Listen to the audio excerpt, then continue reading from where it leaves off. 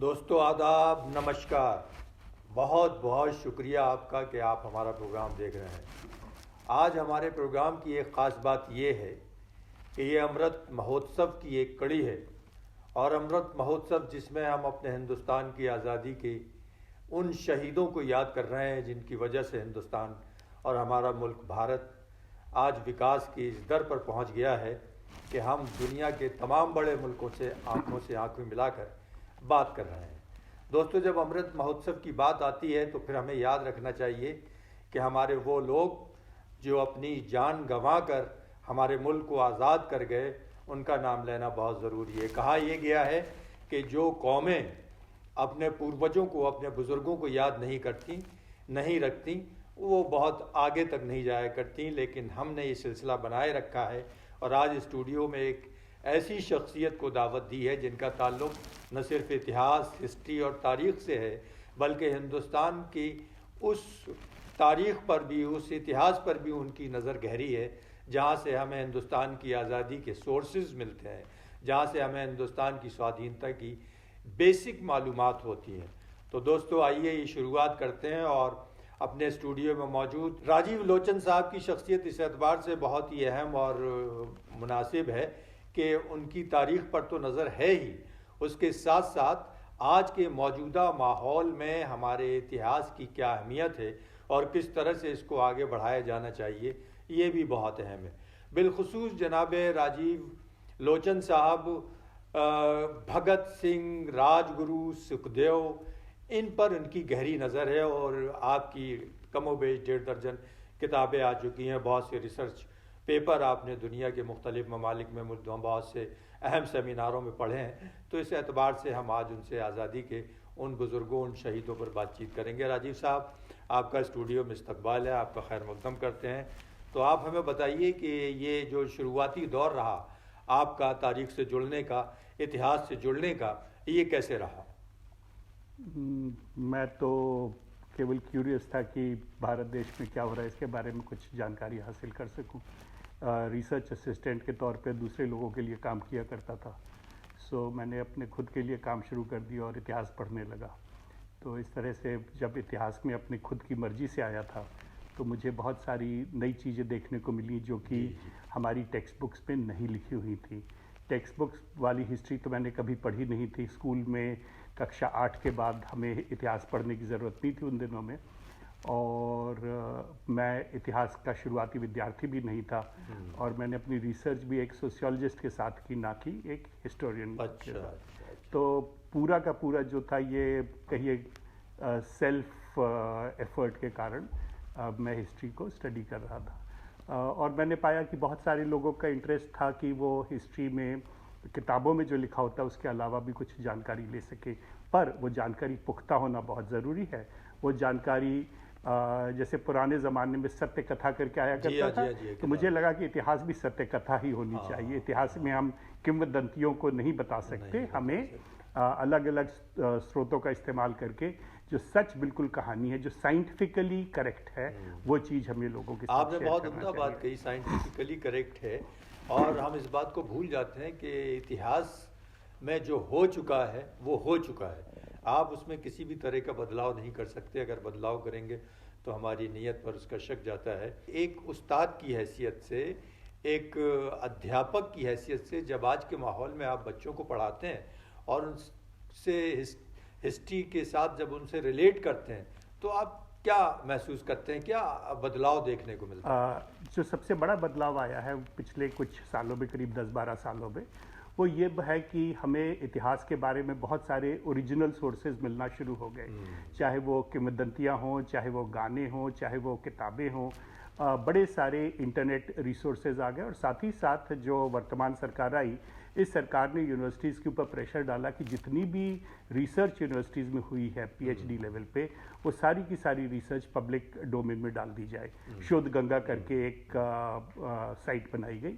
तो मैं अपने विद्यार्थियों को यही कहता हूँ कि भाई, यदि तुम्हारे पास दुनिया की सारी जानकारी अब उपलब्ध है तो पढ़ते क्यों नहीं हो? इस इंतज़ार में मत रहो कि कोई टीचर बताएगा, इस भरोसे मत रहो कि जो टीचर है वो व्याख्या करके बताएगा। आप स्वयं में कोशिश करें और अपने विवेक के अनुसार जो समझ में आता है सो आप वो अपना अंदाज़ा लगाइए कि इतिहास में क्या हुआ था। हाँ, ये ज़रूर है कि जो भी आप बात कहते हैं उसके लिए आपके पास एविडेंस होना चाहिए, वो एविडेंस साइंटिफिकली एक्यूरेट होना चाहिए, क्योंकि साइंस का यूनिवर्सल रोल है दुनिया में। और साइंस किसी भी विषय में आप बात करिएगा, साइंस ज़रूरी होता है कि वो साइंटिफिकली एक्यूरेट हो। तो मैं अपने छात्रों को जो भी अपने थोड़े से विचार देता हूँ, उसके साथ साथ मैं उनको ये भी कहता हूँ कि आप ये सारे के सारे ओरिजिनल सोर्सेज को भी पढ़ सकते हैं। अब भगत सिंह के बारे में ही हमारे को पिछले 7-8 सालों में भगत सिंह आर्काइव्स बन गया, इंटरनेट पे अवेलेबल हो गया, फ्रीली अवेलेबल हो गया। तो हमें भगत सिंह ने जितना भी लेख लिखे थे वो सारे मिलने लगे। भगत सिंह से संबंधित फोटोज मिलने लगी, जो हमारे रेवोल्यूशनरी मूवमेंट्स थे, HRA, HSRA, इनके बारे में जानकारी मिलने लगी। जैसे HRA के बारे में था कि हिंदुस्तान रेवोल्यूशनरी एसोसिएशन जब बन रहा था कि सन 24 में वो क्योंकि लोग बड़े दुखी थे नॉन कोऑपरेशन मूवमेंट के ख़त्म हो जाने से, गांधी जी ने उसको अपने आप ही एक दिन मूवमेंट को वापस ले लिया था और कांग्रेस में फूट पड़ चुकी थी। कांग्रेस में जो फूट पड़ी थी, इसमें दो पक्ष हो गए। एक पक्ष था जो गांधी के साथ खड़ा था और एक पक्ष था जो विपक्ष में था, जिसमें मोतीलाल नेहरू, चित्तरंजन दास वगैरह थे। इन सब लोगों के बारे में ये मान्यता थी कि ये बड़े कंजर्वेटिव लोग हैं। पर जब हम डिटेल्स में जाने लगे तो पता चला कि वो जितने भी हमारे क्रांतिकारी भाई थे, जब वो समस्या में पड़ते थे तो उन्हें अपनी हथियार छुपाने की ज़रूरत पड़ती थी, उनके ऊपर कोर्ट केस हो जाते थे, उन कोर्ट केसेस से बचने की ज़रूरत पड़ती थी।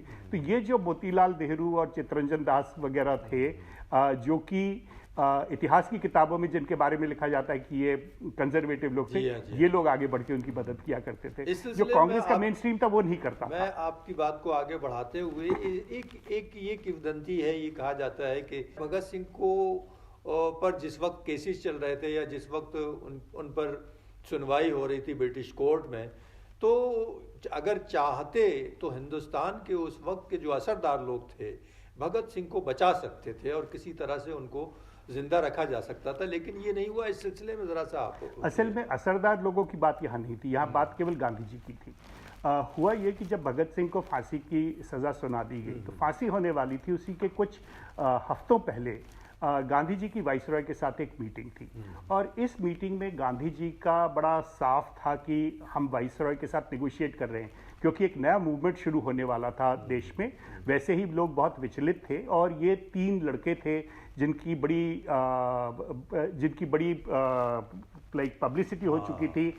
लोगों के मन में ये था कि भाई किसी तरह से इनको यदि बचा लिया जाए, यानी भगत सिंह, राजगुरु और सुखदेव था। पर तो ये तीनों के तीनों थे और उनकी हैंगिंग की डेट आ गई थी और गांधी जी वाइसरॉय से मिलने जाने वाले थे और वाइसरॉय के साथ नेगोशिएशंस होने थे इफेक्टिवली कि हम थोड़ा सा हम देते हैं, थोड़ा सा आप दें, थोड़ा सा हम झुकते हैं, थोड़ा सा आप झुके।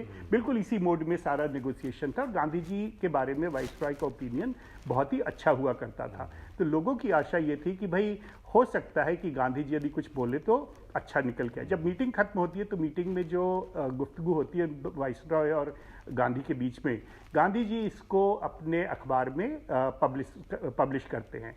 उस पर वो लिखते हैं कि मैंने वाइसरॉय से कहा कि देखिए भगत सिंह को आपने मौत की सज़ा सुनाई है, मैं मौत की सज़ा के खिलाफ हूँ। भगत सिंह ने जो किया वो अपने ख्याल से ठीक था, इसीलिए वो कर रहा था। मुझे लगता है कि चूंकि मौत की सज़ा खराब होती है इसीलिए आप इसकी मौत की सज़ा को माफ़ करते, क्योंकि कोर्ट तो अपना सारा डिसीजन दे चुके थे। पर गांधी जी ने यह भी कहा, मैं आपकी आत्मा को एड्रेस करता हूं और मैं आपसे कहता हूं कि आप अपनी आत्मा में सोचें, आप अपने दिल में सोचें कि आपको सही क्या लगता है वो करने को। उसके कुछ दिनों के बाद गांधी जी ने अपने अखबार में वाइसरॉय का जो जवाब आया था वो भी पब्लिश किया, जिसमें वाइसरॉय ने कहा जी मेरे दिल में तो लगता है जो सही है, मैं कानून का आदमी हूँ, कानून के हिसाब से तो इन तीनों लड़कों को मौत की सज़ा होनी चाहिए, तो मैं इसको माफ़ नहीं करता। अब ये जो बात है कि गांधी जी ने साफ साफ नहीं कहा कि इन्हें माफ़ कर दीजिए, गांधी जी ने कहा कि यदि आपके दिल में लगता है कि माफ़ कर दिया जाए तो फिर मामला टेढ़ा हो गया। कुछ समय बाद, कुछ महीनों के बाद, क्योंकि जब फांसी हो गई लोग बहुत दुखी हुए, पूरे देश में दुख की लहर फैली हुई थी। कुछ समय बाद भगत सिंह से जो संबंध रखने वाले विद्यार्थी थे पंजाब के, ये गांधी जी से मिलने गए और गांधी जी ने उस मीटिंग के बारे में भी अपने अखबार में आर्टिकल छापा। इस मीटिंग में लड़कों ने गांधी जी से पूछा कि आप का रेवोल्यूशनरी एक्टिविटी के बारे में क्या ओपिनियन है।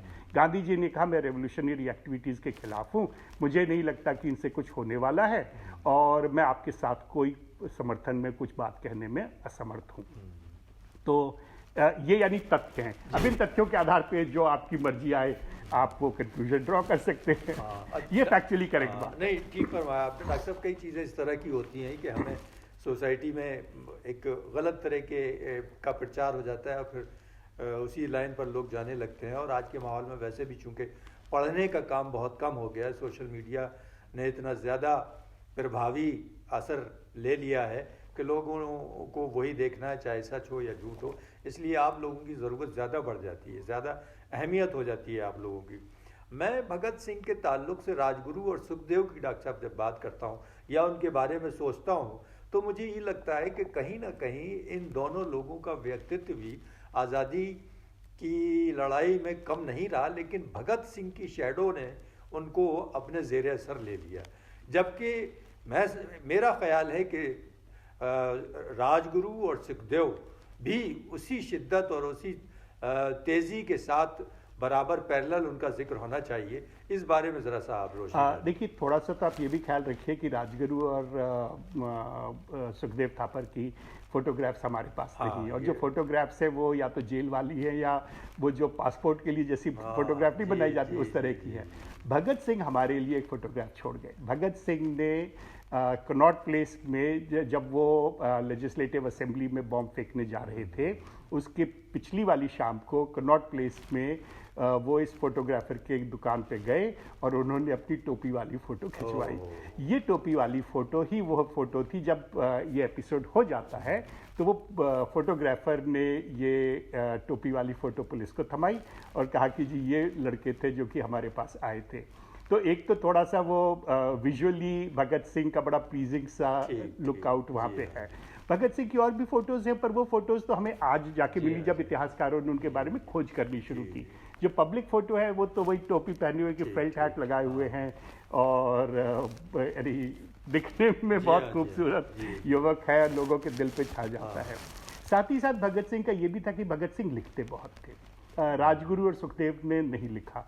आप कविताएं करते हैं, आप लिखते हैं, आपको मालूम है जितना ज़्यादा लिखोगे उतना ज़्यादा लोग पढ़ेंगे, उतना ज़्यादा लोग आपसे वाकिफ होंगे। भगत सिंह की जो राइटिंग्स हैं, भगत सिंह की राइटिंग्स 15 साल की उम्र से शुरू हो जाती हैं पब्लिक में। 23 साल में तो उनका सब कुछ हो गया। तो 15 साल की उम्र में ही उनको प्राइजेस मिलना शुरू हो जाती लिखने के लिए। वो अखबारों में लिखते हैं, मैगजीन्स में लिखते हैं। अदरवाइज इनके ग्रुप में HRA में हिंदुस्तान रिपब्लिकन एसोसिएशन, और बाद में जब 1928 में, सितंबर 1928 में जब HRA ख़त्म हो जाता है, क्योंकि HRA के जो लड़के थे वो सारे के सारे काकोरी कांड में गिरफ्तार हो जाते हैं और उनको बड़ी सख्त सजाएं होती हैं। तो एक जो साइड लाइन में खड़ा हुआ लड़का था चंद्रशेखर आज़ाद, जो कि अभी तक एक सेकंड लेवल पे ऑपरेट किया करता था। चंद्रशेखर आज़ाद कहता है कि भाई हमें फिर से अपने आप को संगठित करना चाहिए और एक नया संगठन बनाना चाहिए। इस नए संगठन के नाम पे करीब 30 लड़के लड़कियां फिरोज शाह कोटला के मैदान में इकट्ठा होते हैं। फिरोज शाह कोटला का मैदान खुला सा मैदान है, वो पटा हुआ मैदान तो अभी पिछले कुछ सालों में बना, उसके पहले तो खुला सा मैदान हुआ करता था। तो वहाँ वो इकट्ठे होते हैं सितंबर 1928 को, और वो कहते हैं कि हम अपने आप को एक नए संगठन के तौर पे बनाना चाहते हैं। और इस बार जब संगठन बनता है तो बात ये आती है कि भाई हमारा उद्देश्य क्या होना चाहिए।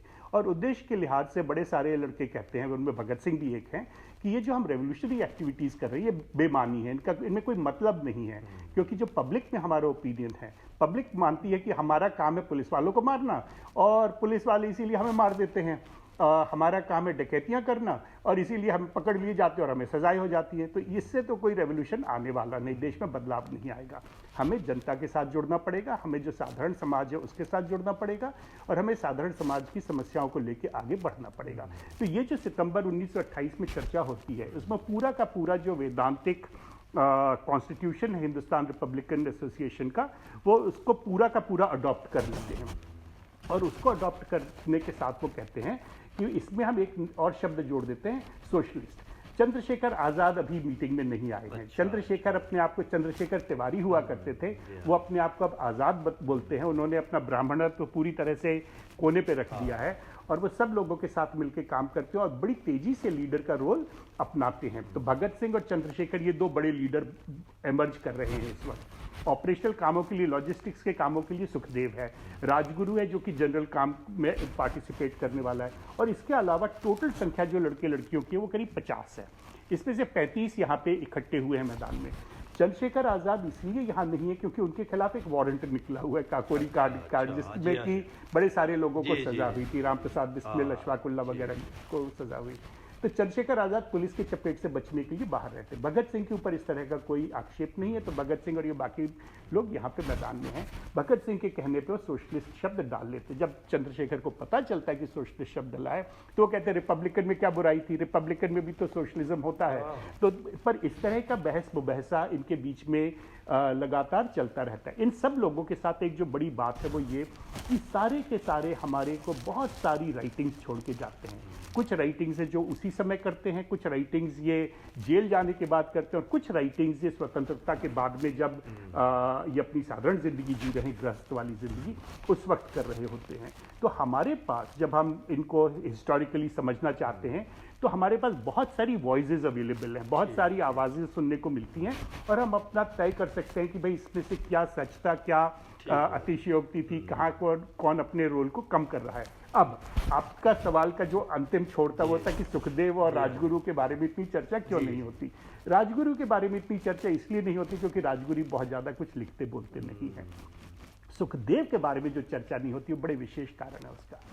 और ये मैंने जो पुलिस के रिकॉर्ड्स है उसमें देखा हुआ है।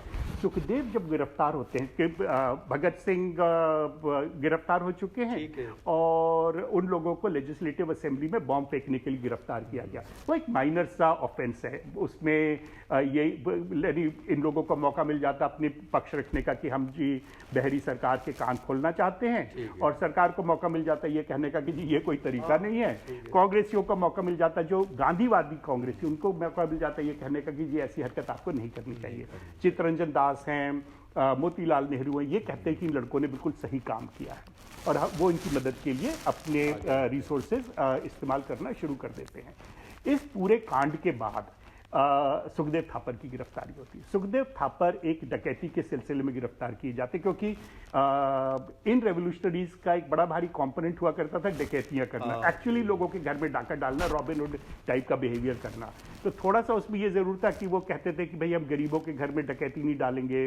इक्का दुक्का स्टोरीज हैं कि जब उनको पता चला कि उन्होंने वो प्रोफेशनल डकैत्स को हायर किया करते थे कि बताओ कैसे डाका डालना है, किस गाँव में किसके घर पे डाका डालना है। तो एक एपिसोड है जिसमें कि जब बाद में पता चलता है कि हमने गरीब घर में डाका डाल दिया तो ये सारे के सारे उसके जो चांदी के जेवर इकट्ठे किए थे वो वापस करके आते हैं, माफ़ी मांगते हैं कि जी हमने गलती से आपके घर में डाका डाल दिया। डॉक्टर साहब ये भी देखिए वैल्यूज़ की बातें हैं, ये वैल्यूज़ की बातें हैं कि आप उस ज़माने में भी इस तरह की बातें सोच रहे हैं जो आप नहीं सोचते थे। तो क्योंकि इनके मन में एक एल्ट्रुइज्म तो था ना कि हम समाज के लिए भला करें, उसके लिए रास्ता जो चुन रहे थे वो जो उन्हें ठीक लग रहा था वो रास्ता चुन रहे थे। बहरहाल सुखदेव गिरफ्तार हो जाते हैं, सुखदेव को आगरा जेल में रखा जाता है। आगरा जेल में कुछ समय के बाद कहा जाता है कि ये सुखदेव थापर को यहाँ से बदल के ना आगे दूसरे जेल में रखना चाहिए क्योंकि वहाँ यहाँ पे नहीं तो रेवोल्यूशनरी एक्टिविटीज फैल सकती।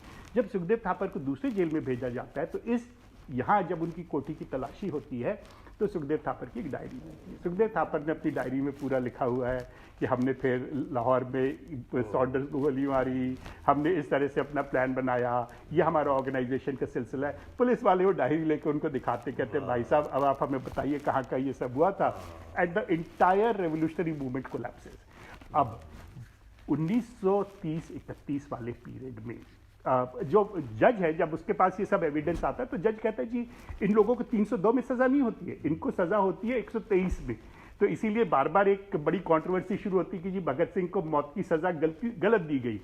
पर जो जज है वो कहता है कि जी आप लोग कॉन्स्पिरेसी में शामिल थे, हम उस कॉन्स्पिरेसी में के कारण हम आपको सज़ा दे रहे हैं। सुखदेव थापर के बारे में जो रेवोल्यूशनरी ग्रुप्स हैं उनमें विचार है कि ये पुलिस का भेदी है, इसने हमारे पूरे रेवोल्यूशनरी मूवमेंट को लोगों को बता दिया। अब चूंकि सुखदेव थापर को मौत की सज़ा हो जाती है तो जो सुखदेव का इमेज है वो रेवोल्यूशनरी का बना रहता है।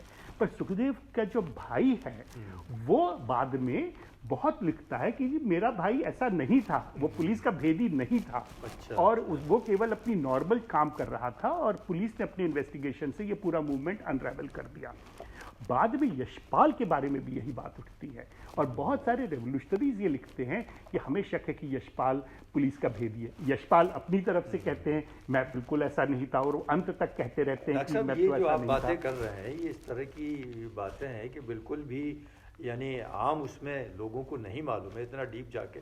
आपकी स्टडी तो उसी पर है, तो जाहिर है आपके फैक्ट्स जो हैं बहुत साइंटिफिक हैं और एक बिल्कुल नज़रिया उन लोगों के बारे में बिल्कुल नया आता है कि यानी ये आपने फरमाया कि अंदर की बात ये है और कहा ये जाता है और एक फैक्ट ये भी है कि ये लोग पुलिस के लिए काम कर रहे थे, लेकिन बज़ाहिर ऐसा नहीं था। उनके ऊपर आक्षेप आ रहा था, पर वो गलत आक्षेप था। आक्षेप आ रहा था लेकिन वो गलत आ रहा था। लेकिन इस तरह के बहुत से फैक्ट्स और भी हमारे जो स्वाधीनता संग्रामी रहे हैं कुछ ना कुछ रहे, चूँकि उस ज़माने में जितनी भी एजेंसीज काम कर रही थी, एजेंसी से मेरी मुराद है अलग अलग ग्रुप जो आज़ादी के लिए काम कर रहे थे, चाहे चंद्रशेखर का हो, चाहे ये भगत सिंह वाला हो या और दूसरे अपने रीजनल इलाकों में जो काम कर रहे थे, तो कहीं ना कहीं सबके अंदर जज्बा तो सिर्फ एक था कि हम किसी तरह से अंग्रेज़ों की परेशानी और इनके दबाव से मुक्त हो जाएं और उसी के तहत हम एकदम से स्वतंत्रता चाहते हैं। Yes. हम कांग्रेस का जो रास्ता था कि हम रुक के इंतजार करेंगे, हम इंतजार नहीं करना चाहते। पर उसका एक नतीजा ये होता है 1932-33 तक ये जो रेवोल्यूशनरी मूवमेंट है ये बाय एंड लार्ज खत्म हो जाता है। सारे के सारे लोग गिरफ्तार हो जाते हैं, जिनको फांसी दी जानी थी वो हो जाती, कुछ लोग अंडमान भेज दिए जाते हैं, बाकी सारे लोग यहाँ वहाँ जेलों में रहते हैं। बॉम्बे प्रेसिडेंसी की जेल में रहते, बॉम्बे स्टेट की जेल में रहते हैं, यूपी में जेल में रहते हैं, बिहार में जेल में रहते हैं। और 1937 में कांग्रेस की सरकारें बन जाती है यहाँ सब। अब जो सरकार के लोग हैं, ऑफिसर्स हैं, वो आके कहते हैं कि जी इनकी सजा माफ कर दो, छुट्टी करो। अब आप यहाँ के प्रीमियर बन गए स्टेट के, हो गया जी। अब आप यहाँ के प्रीमियर हो स्टेट के, प्रीमियर कहलाता था चीफ मिनिस्टर उन दिनों में। तो सारी की सारी कांग्रेसी सरकारें कहती कि नहीं इनको रहने दो। मोरारजी देसाई हैं, जीबी पंत हैं, बड़े बड़े कांग्रेसी नेता, वो सब कहते हैं इनको रहने देते हैं। अच्छा। ये जो रेवोल्यूशनरीज है फिर ये भूख हड़ताल पे बैठते हैं। और गुलाब सिंह हैं जो कि एक पंजाब में इन्वॉल्व थे अहमदगढ़ के केस में। गुलाब सिंह तो 1947 में फाइनली रिलीज होते हैं। और जवाहरलाल नेहरू अपनी किताब लिखते हैं टूवर्ड्स फ्रीडम, जिसमें वो कहते हैं चंद्रशेखर तो फैसिस्ट था, इन लोगों को तो कभी भी आगे नहीं बढ़ने देना चाहिए, ये तो बहुत ही गलत किस्म का काम करते हैं। तो 1937 तक रेवोल्यूशनरीज के खिलाफ बहुत ज़्यादा ओपिनियन बनना शुरू हो गया था। 1958-59 में क्योंकि कुछ लोगों को तो अभी भी याद था कि सब लोगों ने क्या क्या काम किया और कितना हीरोइक काम किया है। तो 1950s में फिल्में बनना शुरू होती हैं और उन फिल्मों में भगत सिंह पे फिल्म बनती है, राजगुरु पे फिल्म बनती है, सुखदेव थापर की एक्टिविटीज़ पे फिल्म बनती है, अशफाक उल्ला खान की एक्टिविटीज़ पे फिल्म बनती है। 2021 तक 7 ऐसी फिल्में बनी थी। इन 7 फिल्मों में केवल एक फिल्म चली, वो जिसे हम याद रखते हैं। डॉक्टर साहब असल में देखिए हर ज़माने में मेरा ख्याल है इससे पहले की जो तारीखें रही होंगी उसमें भी इस तरह की चीज़ें हुई होंगी, लेकिन इतनी बारीकी से और इतनी दूरबीनी के साथ लोग नहीं जानते, नहीं समझते। ज़ाहिर मोटे मोटे जो वाक़यात होते हैं और जो सामने होने वाली चीज़ें होती हैं वो ज़्यादा लोगों पर को मालूम होती हैं और उसी के साथ अपनी एक जो राय है वो कायम कर लेते हैं। आप डॉक्टर साहब चूँकि एक हिस्टोरियन की तरह से, एक रिसर्चर के तौर पर आपकी ये मालूमात हैं, आपकी ये जानकारियाँ हैं, आज की ज़रूरत के तौर पर अगर हम इन लोगों के सामने इनके ये पहलू लाएं तो मैं समझता हूँ कि हमारे बहुत से नज़रिए बदलेंगे और हमारी जो एक फ़िक्स सोच है उसमें कहीं ना कहीं मुख्तलिफ तरीके से कुछ नए दायरे ऐसे आएंगे कि जिनके बारे में हमें जानना चाहिए और लोगों को आगे बढ़ाना चाहिए। डॉक्टर साहब मैं चाहूँगा कि नए पर्सपेक्टिव में, नए माहौल में, जबकि हमारे बच्चे, हमारे स्टूडेंट हिस्ट्री और तारीख़ जैसी यानी सब्जेक्ट से घबराने लगे हैं और अवॉइड करने लगे हैं, और ज़ाहिर है सिर्फ हिस्ट्री नहीं, लिटरेचर हमारे यहाँ से ख़त्म होता जा रहा है। उस माहौल में हम अपने आप को कैसे इस्टेब्लिश करें कि साहब ये होना चाहिए, इसकी जानकारी बहुत ज़रूरी है। मैं आपको आपके पहले वाले सवाल के ऊपर ले जाता हूँ। आपने पूछा था कि आप इतिहास कैसे करते रहे। मैं इतिहास में जैसे ही मैंने कदम रखा उसके बाद मैंने इतिहास को छोड़ा नहीं, मुझे बहुत इंटरेस्ट आता है। मुझे लगता है कि हिस्ट्री समझने के लिए बहुत ज़रूरी है कि हम टेक्स्ट बुक वाली हिस्ट्री ना पढ़ें, और शायद मैं हिस्ट्री में इसलिए बना रहा क्योंकि मैंने टेक्स्ट बुक वाली हिस्ट्री कभी नहीं पढ़ी। तो मैं अपने साथ के बाकी समाज को भी यही बोलूँगा कि भाई आज की समय में आपके पास इतिहास की जो ओरिजिनल जानकारी है वो सारी की सारी उपलब्ध है। आप इतिहासकारों के चक्कर में ना पड़ें, आप अपने ही आप वो सारी चीज़ें पढ़ें और अपने ख्याल से अपना विवेक का इस्तेमाल करते हुए आप तय करें कि उस समय में, जिस समय की आप जानकारी चाहते हैं, उस समय में क्या हुआ था, कैसे हुआ था। ये ज़रूर ध्यान रखें कि इतिहास में कई आवाज़ें आती हैं। ऐसा नहीं होता कि एक सिंगल लाइन है, हर कोई अपने पर्सपेक्टिव से देखता है। पर अपने पर्सपेक्टिव से देखने का मतलब ये नहीं कि इतिहास नॉन साइंटिफिक हो जाता है, क्योंकि जो बदलाव आ रहे हैं, जिस तरह का जज्बा उबल रहा है उस समय, वो तो बहुत ज़रूरी है ना। हमें ये समझना कि ये जो यूथ थे, ये लड़के थे, सबसे इसमें जो उम्र में बड़ा था वो राम प्रसाद बिस्मिल था, 30 साल का। बाकी सारे के सारे तो 20, 21, 22 वाले लड़के थे। यदि हम बंगाल की चर्चा करें तो वहाँ तो 12-13 साल के लड़के लड़कियाँ शामिल थे। तो इन सबके दिल में कहीं एक बहुत स्ट्रॉन्ग फीलिंग थी कि हमारे देश के साथ, हमारे समाज के साथ बहुत बड़ा धक्का हो रहा है और हम इसे सुधारना चाहते हैं, हम इसमें बदलाव लाना चाहते हैं, हम लोगों को एक आवाज़ देना चाहते हैं। अब इनके पास वो रास्ता नहीं था। तो जो गांधी का कहना कि जी या आर्म्ड स्ट्रगल से आप कुछ नहीं कर सकते, मुझे लगता है वो बात बिल्कुल सही थी। मैं गांधी के खिलाफ नहीं इसमें बोलता, क्योंकि आज कुछ समय पहले एक एरिका चेनोवेट करके हैं अमेरिका में पॉलिटिकल साइंटिस्ट, उन्होंने बड़े सारे पॉलिटिकल मूवमेंट्स को स्टडी किया। ये जो इंटरनेट पे जानकारी मिलने लगी, इससे एक फ़ायदा ये हुआ कि आपको पूरी दुनिया की जानकारी इकट्ठी होने लगी।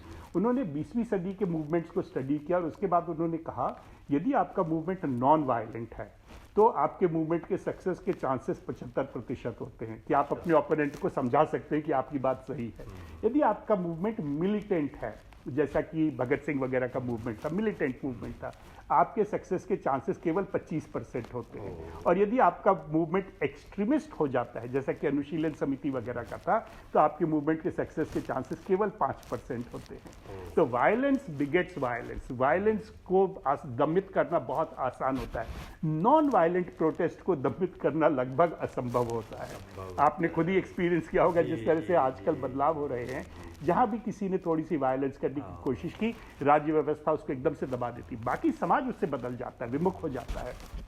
और जब तक ये जो हमारे रेवोल्यूशनरीज थे, जब तक ये समाज के साथ नहीं जुड़ने की कोशिश कर रहे थे, तब तो ये भगत सिंह की और राजगुरु और सुखदेव की खुद के स्टेटमेंट्स हैं। HSRA के फॉर्मिंग के दिन 9 सितंबर 1928 के स्टेटमेंट्स हैं, 9 सितंबर 1928। और ये आपस में जो चर्चा करते हैं वो चर्चा यही है कि जो समाज है ये सोचता है कि हम लोग गुंडे डकैत हैं और हमारा काम डाका डालना और पुलिस वालों को मारना है, पुलिस वालों का काम हमें मारना है।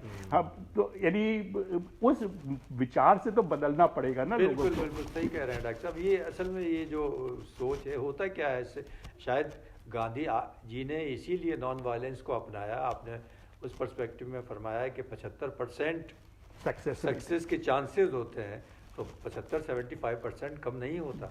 और जाहिर है ये एक ऐसे तरीक़ाकार है, एक ऐसा नमूना है कि लोगों की हमदर्दियाँ आपके साथ जुड़ती हैं। और जब बग़ैर किसी तशद्दुद के, बग़ैर किसी मारामारी के आप अपने झंडे को लेकर आगे चलते हैं, तो लोगों को ये मालूम होता है, एडमिनिस्ट्रेशन भी समझता है कि भाई जब ये कोई नुकसान नहीं पहुंचा रहे हैं, कोई किसी तरह का हल्ला गुल्ला नहीं कर रहे हैं, कोई मारी नहीं कर रहे हैं, तो क्यों ना इनको जाने की बात मान ली जाए और इनकी बात को सुना जाए। ये बहुत बड़ी बात है। डॉक्टर साहब, आपने भगत सिंह और राजगुरु और सुखदेव के बारे में बहुत शानदार बातें कही। मैं चाहता हूँ कि हमारा जो आज़ादी के बाद का जो माहौल रहा और जो आप ने फरमाया कि भगत सिंह पर 6-7 फिल्में बनी, भगत सिंह या उनके साथियों पर मुख्तलिफ उससे में जाके 6-7 फिल्में बनी, लेकिन चली सिर्फ एक। तो ये सिर्फ एक फिल्म के चलने के पीछे क्या कोई ख़ास वजह थी, या ये कि जो हमारे देखने वाले थे वो सिर्फ भगत सिंह के ही बारे में मोटी मोटी बातें जानकर उन्हीं के काम को समझना या देखना चाहते? देखिए, भगत सिंह के बारे में जो 1959 में फिल्म बनी वो तो डूब गई। हाँ, उसके बाद जो फिल्म बनी वो भी नहीं चली। जो तीसरी फिल्म बनती है जिसे हम शहीद के नाम से जानते हैं, वो फिल्म चलती है। मेरे ख्याल से केवल इसलिए चलती क्योंकि उसमें गाने बहुत अच्छे हैं, क्योंकि स्टोरी तो मोटे तौर पे सबकी एक ही जैसी थी। और शहीद में आप एक और चीज़ गौर करिए, लव स्टोरी नहीं डाली गई। बाकी सब फिल्मों में थोड़ी सी लव स्टोरी है। शहीद की जो फिल्म की जो स्टोरी थी वो बड़ी साफ सुथरी स्टोरी थी, सीधी सरल समझने वाली स्टोरी थी। उसमें बैकग्राउंड दिया जाता है कि कैसे ये रेवोल्यूशनरीज जो पेजेंट स्ट्रगल हो रहा है पंजाब है वहाँ से उभरते हैं, किस तरह से ये समाज के हर ग्रुप को साथ में लेके चलने की कोशिश करते हैं, और किस तरह से जब अंत में इनको समझ में आता है कि सरकार हमारी बात बिल्कुल नहीं सुन रही, तो ये सरकार के ऊपर विशेष प्रेशर डालने की कोशिश करते हैं।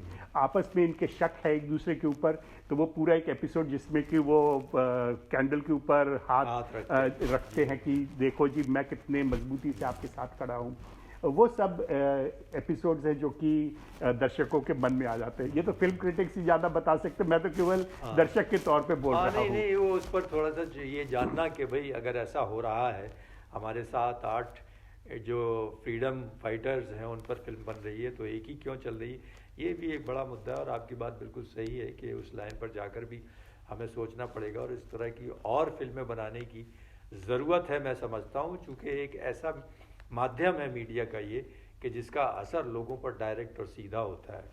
डॉक्टर राजीव लोचन साहब, जिनका ताल्लुक़ पंजाब यूनिवर्सिटी के तारीख़ के हिस्ट्री के डिपार्टमेंट से, बहुत उम्दा बहुत अच्छी बातें उन्होंने आज कही। बेहद शुक्रिया डॉक्टर साहब। और आखिर में चलते चलते मैं 4 मिसरों पर 4 लाइनों पर अपनी बात ख़त्म करूँगा कि कुछ नए भेद नए राज दिया करते हैं, कुछ नए भेद नए राज दिया करते हैं, कुछ नए राग नए साज दिया करते हैं। सुनने वाला ही न सुन पाए तो वो बात अलग, वरना सन्नाटे भी आवाज़ दिया करते हैं। इसलिए दोस्तों, सन्नाटों को नज़रअंदाज नहीं करना चाहिए, इग्नोर नहीं करना चाहिए। सन्नाटे आवाज़ देते हैं, और जब सन्नाटे आवाज़ देते हैं तो उनकी आवाज़ से हमें मतलब भी मिलते हैं, हमें इतिहास भी मिलता है, हमें तारीख़ भी मिलती है, हमारा लिटरेचर भी उन्हीं सन्नाटों से तैयार होता है, और हमारी बेहतरीन और उम्दा किस्म का साहित्य भी उन्हीं सन्नाटों से तैयार होता है। तो डॉक्टर साहब, आपका बहुत बहुत शुक्रिया कि आपने हमसे ये अपना कीमती वक्त शेयर किया, और हमारे देखने वालों को, हमारे नाजरीन को, हमारे सुनने वालों को इतनी बेहतरीन और उम्दा मालूमात से नवाजा। बहुत बहुत शुक्रिया दोस्तों, धन्यवाद। शुक्रिया।